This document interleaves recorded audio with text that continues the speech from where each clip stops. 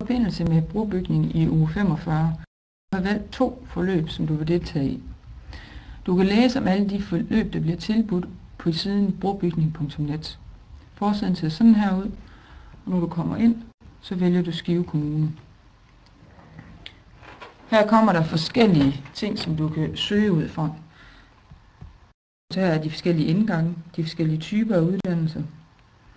Hernede skal du klikke, at det er brobygningskurser, du skal ud i, og så skal du vælge, hvilken dato det er. Skal du, fordi så får du kun de tilbud, der er i den uge, hvor du skal afsted.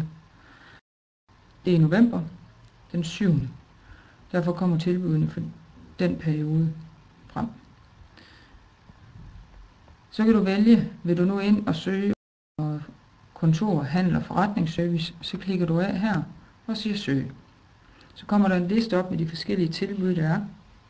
Jeg kan se her, der er 7 forskellige tilbud. Du kan se, hvornår de starter. Det vil sige, hvis de starter den 7.11., så er det et 2-dages forløb, og starter de den 9.11., så er det et 3-dages forløb. Du skal vælge 2-dages og 3-dages forløb.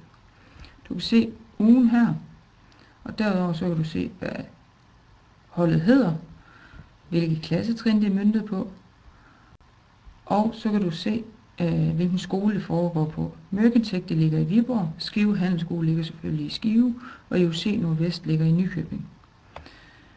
Hvis du nu vil se om et forløb, der ligger i Nykøbing, og et 2-dages forløb, så vælger du her et forløb fra den 7. til den 8. november, og så kan du gå ind og læse om forløbet herover.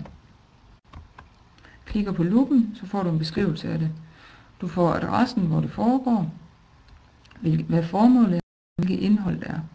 Du vil også kunne se mødetider, og du kan se noget om, hvad kantinen tilbyder, og offentlig transport osv.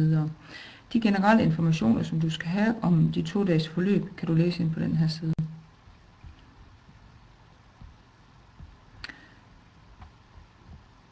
Du kan også vælge at gå tilbage igen, sige, at jeg vil faktisk også gerne vide noget om HTX, hvor jeg kan vælge det hen.